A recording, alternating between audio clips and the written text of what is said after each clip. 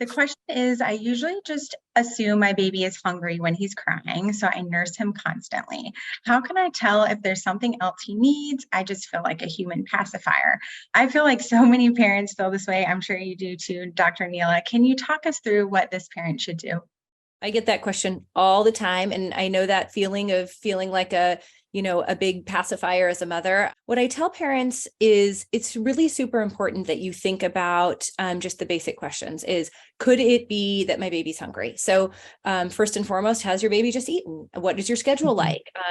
Has the baby, is the baby on some sort of regular routine? If yes, it's time to feed the baby, then you go ahead and feed the baby. If you're feeling like, well, we've just fed and it doesn't really seem like the baby is hungry, then we try sort of other things. And we really try to think about soothing techniques that don't involve feeding. So it's really important to just trust your instinct and to know whether your baby is really giving you feeding cues or could it be something else? Okay, great. Yeah, I think as a first-time mom, I know I was very confused about what those hunger cues might be. Could you talk Yes. us through what those look like? Those sort of early hunger signs and those hunger cues are things like just gently kind of rooting or, moving their mouth toward like a baby bottle or a baby or a mother's nipple. The other things they do is they start putting their hands in their mouth and they start kind of smacking their lips or licking their lips and giving you those cues. Then they start moving to a little bit more of the like moderate cues, which is like just some gentle fussing, some agitation, just looking irritable, and definitely more hands in the mouth, definitely more smacking, definitely more looking. And then they get to the red zone, which every parent has been, which is, oh my gosh, it's time to feed this baby ASAP. And that's the, crying aggressively, the kicking, the screaming, the like point of no return, where if you don't give that baby a bottle or give that baby a breast, there's nothing that's going to soothe them. And that's when okay, it's time to feed and there's no confusion here whatsoever. Definitely been there for sure. Yes.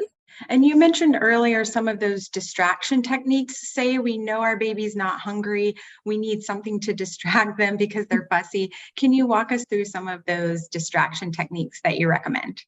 Absolutely. So yeah, every time your baby cries does not mean they're hungry. Of course, you need to think about whether or not the baby has a wet diaper and whether the baby's sleepy. Those are the easy sort of early things to think about. But then distraction techniques are things like playing with the baby, giving them attention. Sometimes they want to hear your voice. Sometimes they want to see your face. Sometimes they want a change of scene.